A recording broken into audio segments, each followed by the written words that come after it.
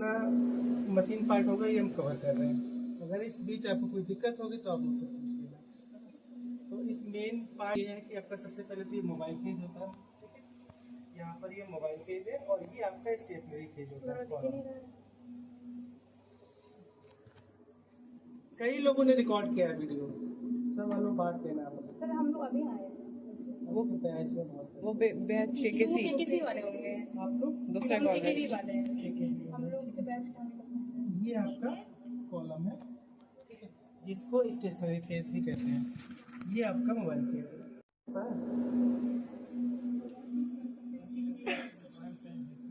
Mobile phase stationery उसको provide करता है मीडियम, हाँ, और जो स्टेशनरी फेज होता है वो मूव करने में हेल्प करता है। ये सही बोल रही है, बोलिए कुछ और आगे। मोबाइल फेज को मूव करने के लिए पंप ए है और पंप बी है। इसी तरह ये पंप ए और पंप बी दो डिफरेंट मोबाइल फेज में लगे हुए हैं। यहाँ से दो अलग अलग सॉल्वेंट है। एक है सॉल्वेंट आपका ACN, दूसरा है वाटर। ये सॉल्वेंट वेरी कर सकता है। जो भी मोबाइल फेज यहाँ पे लगा है, कोई जरूरी नहीं कि सारे सैंपल में ये सेम मोबाइल फेज रहे। ये मोबाइल फेज वेरी करेगा सैंपल टू सैंपल, कैसा सैंपल है, किस नेचर का सैंपल है, उसके अकॉर्डिंग मोबाइल फेज डिसाइड करते हैं। वाटर फिक्स है सॉल्वेंट। वाटर लगभग मैक्सिमम में वाटर यूज होता है, ठीक है। वाटर यूज होता है। वाटर के साथ इसका पीएच मेंटेन करने के लिए कोई एसिडिक मटेरियल यूज करते हैं, जैसे कि एसिटिक एसिड हो गया, फॉस्फोरिक एसिड हो गया, इस तरह का इसके पीएच को मेंटेन करने के लिए हम करते हैं, ठीक है। बाकी मैक्सिमम जो रन होते हैं ये आपका ACN है, मेथनॉल है मोबाइल फेज में। ACN मेथनॉल या फिर दोनों एक साथ या फिर दोनों को अलग अलग कंसंट्रेशन में, ये अलग अलग वेरिएशन करके हम सब अपने प्रोटोकॉल को टेस्ट करते हैं, ठीक है, जिससे हमारा सैंपल प्रॉपर पास आउट हो जाए। यहाँ पर आपका जो है इस मशीन ये पार्ट हो गया। दोनों पंप के लिए अलग अलग सॉल्वेंट। हाँ, पंप ये पंप दोनों में अलग अलग सॉल्वेंट होता है। सॉल्वेंट ये आपका मोबाइल फेज कोई जरूरी नहीं, जो लगा है वही है। ACN इसमें लगा है, वाटर लगा है, वाटर के साथ 0.1% एसिटिक एसिड है और ACN है। ये चेंज हो सकता है, मेथनॉल भी लगता है, ठीक है। मेथनॉल और ACN दोनों मिक्स भी लगता है, अलग अलग वेरिएशन होते हैं इसके। इसका अमाउंट फिक्स है दोनों, इसका मतलब वाटर अमाउंट फिक्स है, कितना वाटर होगा, कितना क्वांटिटी नहीं, फिक्स कुछ नहीं है। ये सब हम यहाँ सैंपल टू सैंपल वेरी करता है। और हम जब यहाँ पे काम करते हैं, जब हमने अभी दिखाएंगे आपको, जब हम यहाँ पे अपना मेथड डेवलप करेंगे तो कितना वाटर लेना है और कितना ACN लेना है, ये सारी चीज़ें हम यहाँ पे डिसाइड करते हैं कि हमको वाटर लेना है, ये 70% लेना है, या वाटर को 50% लेना है, इसके 50% लेना है। ये सारी वेरिएशन हम यहाँ पर मेथड डेवलप करेंगे तो वहाँ पर डिसाइड करेंगे।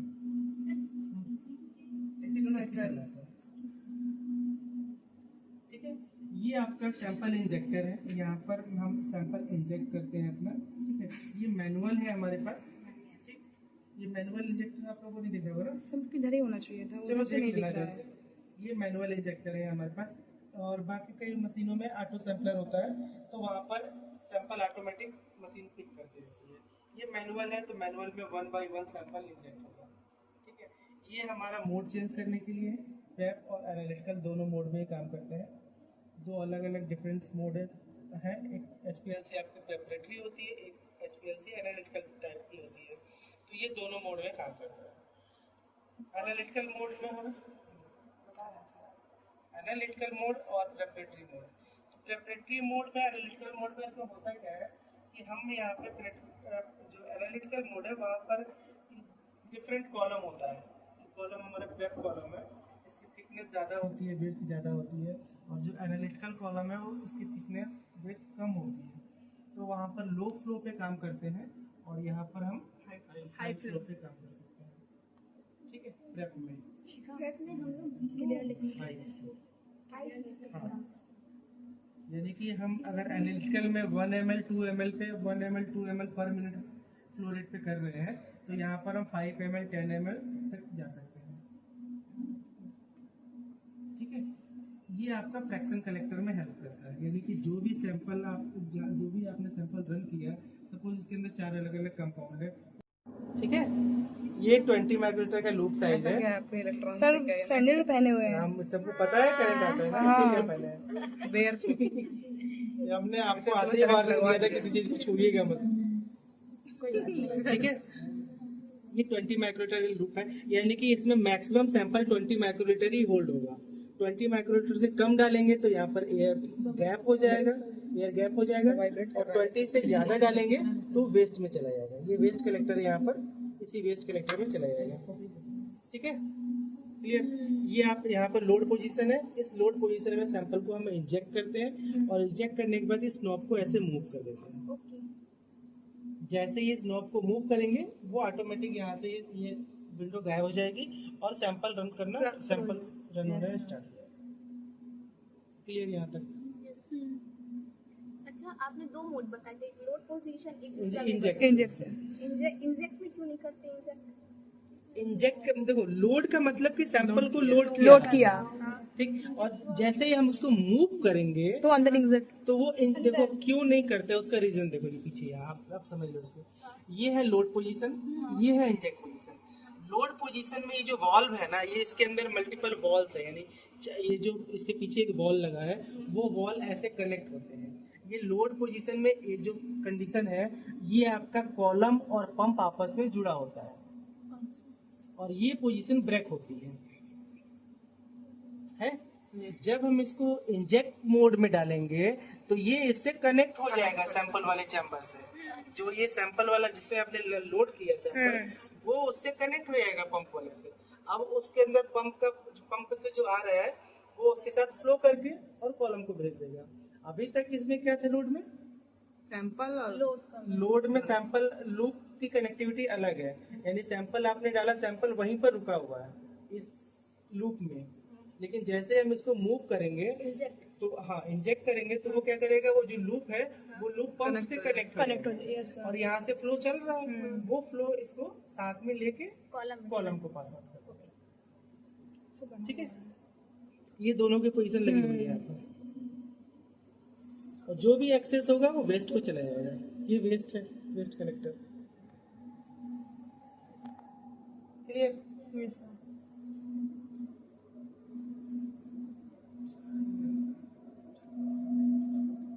अभी एक और है वैसे ना, मोबाइल पे जो ऊपर वाला ये काम क्या करता है? क्लियर हो गया, सैंपल आपने लोड कर दिया। हाँ बताओ, जो डाउट है पूछते रहो साथ। सर ये काम करता क्या है, मतलब कैसे इंजेक्ट कर दिया फिर वहाँ से पंप खींचेगा, फिर उसके आगे? ये देखो, ये आप समझो इसको, थोड़ा सा जगह दो। ये पंप है, ये मोबाइल फेज है, ये पंप है। ये पंप क्या करता है, इस मोबाइल फेज को यहाँ से सक करेगा, सक करने के बाद ये ट्यूबिंग्स है, इस ट्यूबिंग से ये मोबाइल फेज आपका यहाँ आएगा, यहाँ ये। ठीक है, यहाँ से ये मिक्सचर को जाएगा, ये मिक्सर है। ठीक, और मिक्सर से होते हुए ही आपका कॉलम को चलेगा। सैंपल आपका यहाँ से इंजेक्ट किया, हाँ। सैंपल यहाँ से कनेक्ट होने के बाद ये आपका ये भी मिक्सर को जा रहा है। ठीक है, और यहाँ से होते हुए ये ट्यूब्स लगी होंगी, ये ट्यूब लगी होगी ना, ये आपका ट्यूब्स के होते हुए कॉलम को चला जाएगा। ये कोई कॉलम वाली ट्यूब होगी ये। ठीक, कॉलम में सिलिका बीड भरा हुआ है। अब सैंपल जब उसके अंदर जाएगा तो सैंपल अपने साइज के अकॉर्डिंग को धीरे धीरे एलोट होगा। तो जो साइज बड़ा होगा वो क्या होगा, पहले होगा, उसके पहले पीक आ जाएगी। जो उससे छोटा होगा वो डिले आएगा, जो उससे छोटा है वो डिले आएगा। तो वो पीक अलग अलग टाइमिंग्स पे आएंगे, उसको आरटी वैल्यू कहते हैं। यहाँ से एलूशन होने के बाद ये आपका यहाँ से फ्लो सेल है और उसके पीछे पीडी डिटेक्टर है। तो फ्लो सेल में जाएगा और उसके पीछे क्या है, पीडी लाइट है। ठीक है, डिटेरियल लैंप है, तो वहाँ पे लैंप जल रहा है और वो यहाँ पर पीडी फ्लो सेल है। उस फ्लो सेल में उसको क्या करेगा, वो एनालाइज करेगा। एनालाइज करने के बाद वो पीक हमको यहाँ पर दिखाई देगा। ठीक है, इसकी कनेक्टिविटी यहाँ से होते हुए सिस्टम से है, बैक साइड से। अब हम यहाँ पर जब हमारा यहाँ पर रिजल्ट आ जाएगा, ठीक है, तो रिजल्ट आ जाएगा, उसके बाद हम इसको डेटा एनालिसिस करते हैं, यानी कि इसको पोस्ट एनालिसिस करते हैं। अभी हमने सैंपल को रन किया, सैंपल रन होने के बाद ये हमें क्लियर सारी चीज़ दिखने लगी। इसके बाद हम डाटा को एनालाइज करेंगे कि कैसा हमारा आया, कितने नैनोमीटर पे आया, कितनी वेवलेंथ है उसकी, वो हम यहाँ डिसाइड करने के लिए, जैसे मान लो कि कोई सैंपल रन किया,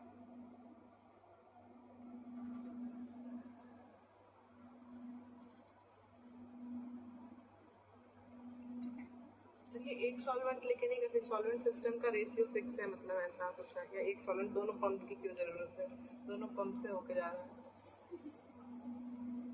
फिर से बोलो क्या कह रहे हो। तो सॉल्वेंट सिस्टम ये जो है ये 2 सॉल्वेंट लिया है, मतलब एक ही सॉल्वेंट से अगर मोबाइल फेस में एक ही सॉल्वेंट अगर यूज करे तो मोबाइल फेस में एक ही सॉल्वेंट यूज कर सकते हैं। अगर आपका सैंपल उसके लिए सुटेबल हो, अगर केवल एशिया नहीं है आपके सैंपल को पास आउट कर सकता है तो एक यूज कर लीजिए।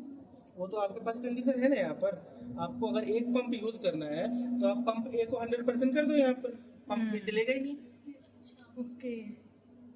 अगर आपने पंप ए से कहा कि 100% इससे ले लो तो 100% इससे ही ले लेगा ना, तो फिर पंप बी वो लेगा ही नहीं, एक ही पंप चलेगा उस कंडीशन में।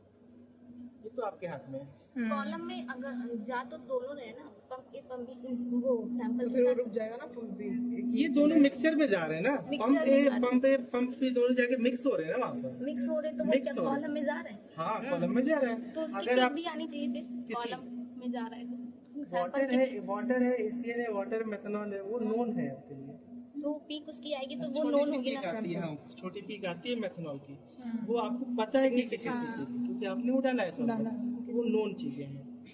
आपको अननोन आइडेंटिफाई करना है ना, तो नोन आपको पता है कि ये तो मेरी चीज जो मैंने डाला है वो यहाँ पे आ रही है, तो उसके अलावा अननोन को देखो तो उसको नहीं देखो।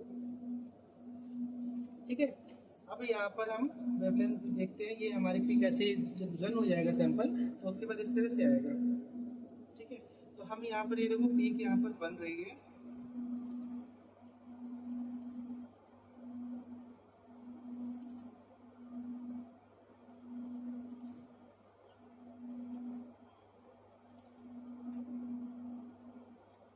यहाँ पर देखो दिख रहा है ना। अगर हमने कोई सैंपल रन किया है तो ये सैंपल रन हुआ, ये अलग अलग यहाँ पर कुछ मार्किंग टाइप की दिख रही है, कलर लाइट कलर्स। ठीक है, इसका मतलब कि हमारा सैंपल यही दोनों दो के आसपास ही है यहाँ पर। तो हम यहाँ पर उसको लेके जाते हैं इसके आसपास और इसकी वेवलेंथ चेंज करते हैं, तो ये पीक की शार्पनेस यहाँ पे बढ़ेगी और ये वेवलेंथ आपको यहाँ पर दिखाई पड़ेगी कितने वेवलेंथ पे हमारी पीक अच्छी आ रही है। तो यहाँ पर इसको ले गए, देखा ये हमारा जो है 22 यानी 202 या 220 के आसपास जो है पीक अच्छी आ रही है।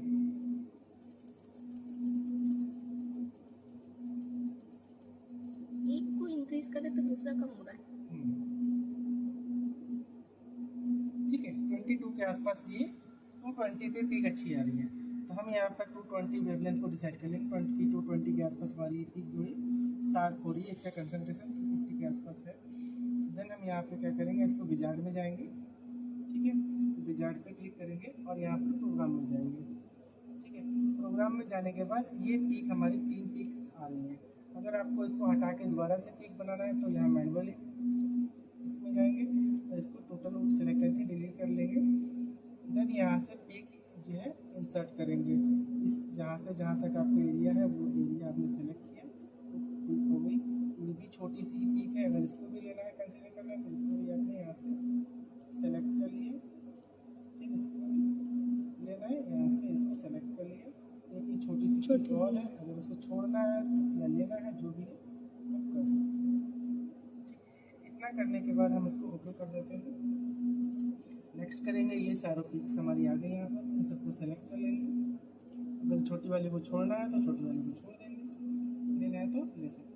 पीक तो हमारी सैंपल की है ना, तो छोड़ेंगे क्यों, लेंगे क्योंकि ये सैंपल तो हमको पूरा ही रीड करना है। ठीक है, उसके बाद आप इसको वहाँ सॉल्वेंट का भी होता है। ये आपका डेटा रिपोर्ट बन गया है।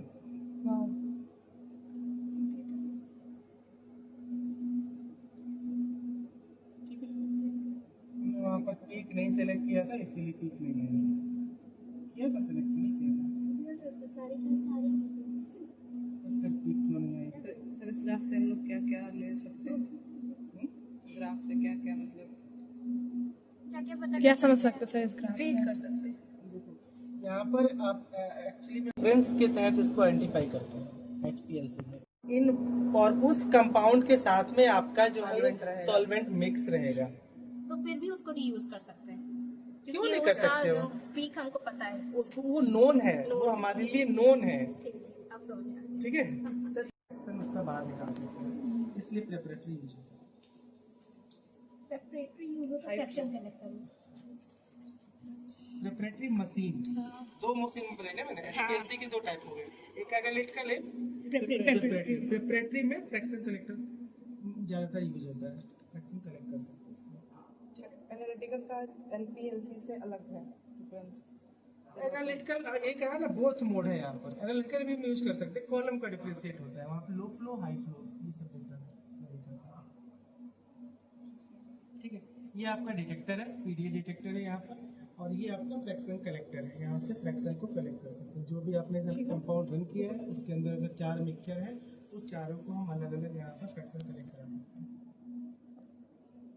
इसके अंदर वो टेस्ट ट्यूब रखी हुई है हाँ। सर। कलेक्टर करेंगे कलेक्टर जो आप सैंपल यहाँ से पास आउट करेगा ना, जिसको आपको कलेक्ट करना है, वो इसी में तो कलेक्ट होगा, इसमें वाइल में कलेक्ट हो जाएगा। इसको आप निकाल के फिर अपना सैंपल जो अलग करना है वो उसको बस नॉर्मल टेस्ट ट्यूब है ये जो बोरोसिल बोरोसिल का जो यूज करते हैं। नॉर्मल ये बस हमारे इसमें साइज में फिट होना चाहिए बस। मशीन के अकॉर्डिंग। हाँ, जैसे हम लोग यूज करते हैं उस तरह ठीक। का कुछ होता है। यहाँ पे कोई दिक्कत नहीं। सैंपल जो प्रिपेयर करते हैं वो सैंपल आपका प्रॉपर फिल्टर्ड होना चाहिए। ठीक है, उसको प्रॉपर सैंपल को आप 0.2 माइक्रोमीटर सीरीज फिल्टर से फिल्टर करके देन हम सैंपल को मशीन में इंजेक्ट करते हैं। जो भी सैंपल आप प्रिपेयर करते हो HPLC के लिए, वो सैंपल HPLC ग्रेड केमिकल में ही प्रिपेयर होना चाहिए। कंडीशन ये होती है कि जो भी सैंपल आप प्रिपेयर करोगे, जिसको आपको HPLC मशीन पे रन करना है, वो HPLC ग्रेड के केमिकल्स आते हैं, उसी से आपको प्रिपेयर करना होता है।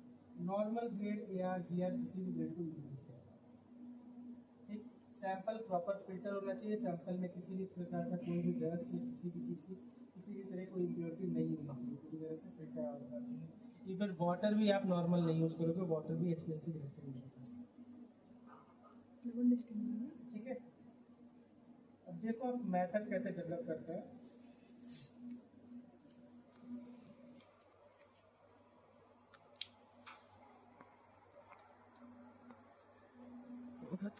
कोई भी सैंपल, अपना सैंपल प्रिपेयर कर लिया, सैंपल को रन करना है आपको। ठीक है, तो जब सैंपल को रन करना है तो उससे पहले हमें यहाँ एक मेथड फाइल बनानी होती है।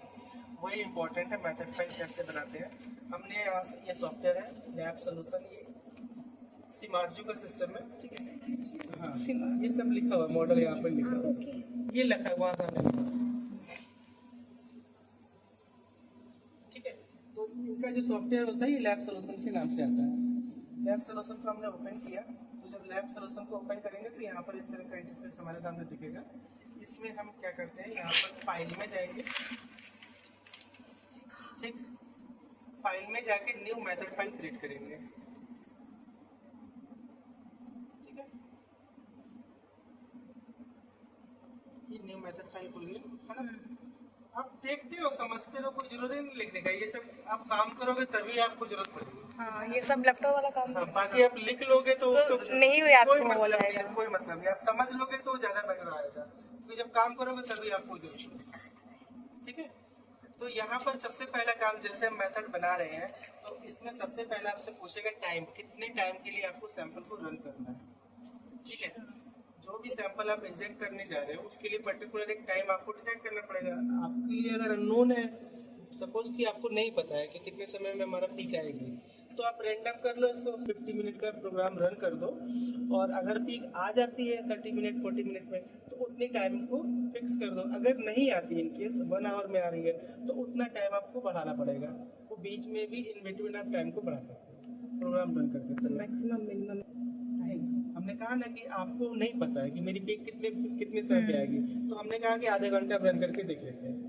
टाइम बना लिया है, अगर आधे घंटे में नहीं आया तो फिर हमारे पास ऑप्शन होता है टाइम इंक्रीज करने का। यहाँ पर हम 45 मिनट कर लिया, फिर देखा 45 मिनट में आ गया कि नहीं आ गया। और इवन कभी कभी होता है कि 30 मिनट का चलाया और उससे 10 पहले मिनट भी। में ही आ गया। तो नेक्स्ट टाइम हम उसको 10 की जगह 15 मिनट टाइम कर लेंगे, उतने में हमारी पीक आ जाएगी। यूजुअली सर आपके जब आप करते होंगे तो कितना टाइम लगता है? हम 30 मिनट का मैक्सिमम करते हैं, 30 से 45 मिनट में सारी चीज़ें आ सारी आ जाती सैंपल पे वेरी करता है। सैंपल से वेरी करता है, सैंपल पे वेरी करता है, फ्लो रेट पर वेरी करता है। अगर हमने से कोई सैंपल चलाया और वो 10 मिनट में आ गया तो हमारा फ्लो रेट अगर 1 ml का है और हमने फ्लो रेट को 0.5 ml कर दिया तो वो डिले हो जाएगा ना। और अगर हमने फ्लो रेट को बढ़ा दिया तो और जल्दी पास आउट हो जाएगा। तो फ्लो रेट पे भी डिपेंड करता है। ठीक है, हमने यहाँ पे 30 कर लिया। ये कोई इम्पोर्टेंट नहीं है, आपको रैंडम चला के देखना ही पड़ेगा कितनी देर में आपको पीक है। 30 मिनट का हमने किया और apply to all equation time, सारे पूरे मेथड फाइंड के लिए इसको अप्लाई कर दिया। ठीक है, उसके बाद यहाँ पर हम LC टाइम प्रोग्राम में जाते हैं और यहाँ पर ये जो हमारा मोबाइल फेज है, इस मोबाइल फेज का कंसंट्रेशन डिसाइड करते हैं। ठीक है, इससे पहले हम नॉर्मल में आकर यहाँ पर जाएंगे। क्या चीज़ को सर कितना भरा है देख लीजिए। इसका कोई वो नहीं होता है, कोई अरे वो तो खत्म होता रहता है ना, वो खत्म होता रहेगा, भरना पड़ता है बार बार। अगर हमने 2 ml का फ्लो रेट दिया तो 2 ml पर मिनट जा रहा है, तो इसका मतलब 1 घंटे में कितना चला जाएगा?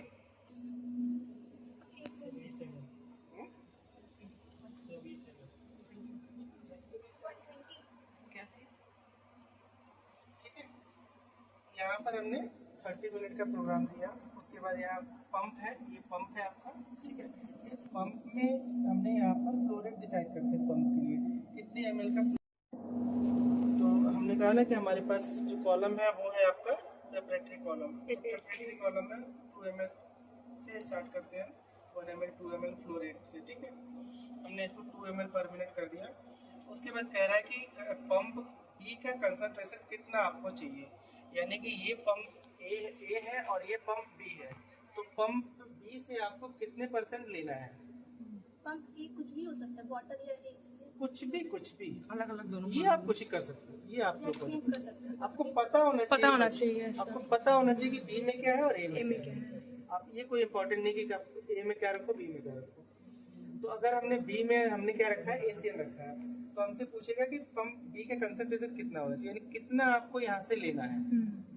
ठीक है, अगर मान लो कि हमने कहा कि हमको 30% यहाँ से लेना है पंप बी से, तो अगर ये पंप बी से 30% लेगा तो पंप ए से कितना लेगा? 70 ऑटोमेटिक हो गया। Yes, sir. 30-70 का रेशियो यहाँ से मेंटेन हो गया। ठीक है, क्लियर। 30-70 का यहाँ से रेशियो आगे बढ़ गया, दिख रहा है ना? सर ये जितनी भी मॉनिटरिंग हो रही है वो सिर्फ एक ही डिब्बे से होगी ना? दोनों से होगी। दोनों से होगी ना। वही एक को हमने वही तो समझा ना, A और B। अगर हमने 30 का डिसाइड कर दिया तो एक का तो ऑटोमेटिक हो गया ना। दूसरे का हो गया, बी का हमने कहा कि 30% वहां से ले लो, तो 70% जो बच रहा है वो A से लेंगे। वो तो ऑटोमेटिक। ठीक है, उसके बाद यहाँ पे डिसाइड करने के बाद हम यहाँ पर एक प्रोग्राम भी कर सकते हैं।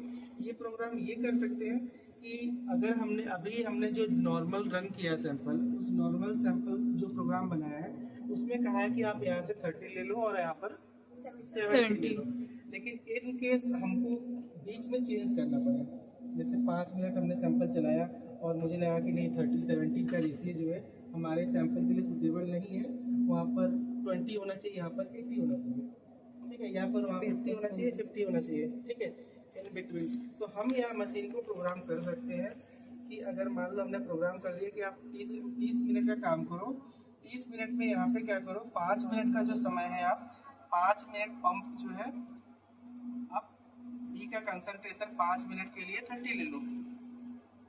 ठीक, और नेक्स्ट 5 मिनट के बाद 10 मिनट तक का आप जो है बी का कंसंट्रेशन 50 कर दो। ठीक है, डाउट कोई? सन्नाटा हो गया, इसलिए पूछ रहा हूँ। हमने कहा कि अगर अब एक उसको हमने नॉर्मल ग्रेडियंट बना दिया था 30 और 70 का, और हमें इन बिटवीन चेंज करते रहना है। यानी कि आपका 5 मिनट बाद 5 मिनट तक का 30-70, 5 से 10 मिनट के लिए 50-50, और फिर 10 से 15 मिनट के लिए 10 से 15 मिनट तक का कहा पंप को कि आप बी का कंसंट्रेशन जो है आप 80 करो, 80-20 बढ़ रहा ना। Yes, और sir. फिर हम 10-15 मिनट के बाद हमने कहा कि 20 पे आओ, 20 मिनट 5 मिनट बाद क्या करो, पंप में बी का कंसंट्रेशन अब आपको उल्टा करते जाओ फिर से, यानी 80 के बाद फिर 50 आ जाओ। मतलब टाइम के साथ जरूरी नहीं कि कंसंट्रेशन इंक्रीज ही करें, डिक्रीज भी कर सकते हैं। ये इसलिए हम कर रहे हैं कि हम अभी तो हमारा अननोन सैंपल हमें नहीं पता है, हम ऐसा रन करके देखते हैं क्या ये प्रोग्राम हमारे सैंपल के लिए सुटेबल है। अगर हमारी पीक सार बाज आ रही है, इट मीन्स कि ये प्रोग्राम हमारे लिए सुटेबल है। अगर नहीं आती है तो हमें ये वेरिएशन कर करके देखना पड़ेगा, कंसंट्रेशन वेरिएशन चेंज करके हमको देखना पड़ेगा। ठीक है, इसे ही कहते हैं मेथड डेवलप करना। कोई जरूरी नहीं कि आपका एक बार में रिजल्ट आ जाए। ठीक है, इस तरह से हमें यहाँ पर करना पड़ता है, तभी रिजल्ट आने के चांसेस ज्यादा होते हैं। ठीक, या तो कोई रिसर्च पेपर को फॉलो कर रहे हो, तो रिसर्च पेपर फॉलो किया है तो सेम उसके मेथड को कॉपी कर दो जैसे ऐसे कर रहे हो। ठीक, रहेगा तो कोई एक ही कंसंट्रेशन की पीक आएगी, मतलब जिसपे वो फिक्स होगा, सुटेबल होगा। सुटेबल होगा। ऐसा नहीं है। फिर से बोलो। ये जो हम कर रहे हैं ये मोबाइल फेज के साथ चेंज कर रहे हैं, सैंपल में कोई चेंज नहीं है। सैंपल तो आपने बनाया है, जो हमने इंजेक्ट कर दिया है। ये सैंपल है, ये कॉलम है, इस कॉलम जैसे वो पूछनी चाहिए कि ये जो टाइमिंग आपने सेट की है वो सिर्फ एक टाइम के लिए, एक के लिए तो नहीं होगा ना। टोटल 30 मिनट्स का टाइम था, उस 30 मिनट्स को हमने डिवाइड करके और उसके अकॉर्डिंग अरेंज किया है। वो सारा 30 मिनट्स में ही 30 चलेगा। मिनट का ही प्रोग्राम है, 30 मिनट में ही चलेगा। इसके बाद ये देखो 30 मिनट के बाद स्टॉप हो गया ना, दीदी तुम सबके पास पहुंचा दोगे क्या? हो रहा है 30 मिनट तक हो रहा है, 30 मिनट के बाद स्टॉप हो गया, यानी कि 30 मिनट के बाद फिर वो अपने एवरेज पे आ जाएगा, जो 30 और 70 का दिया था उस पे आ जाएगा। ये वेरिएशन को खत्म कर देगा वो।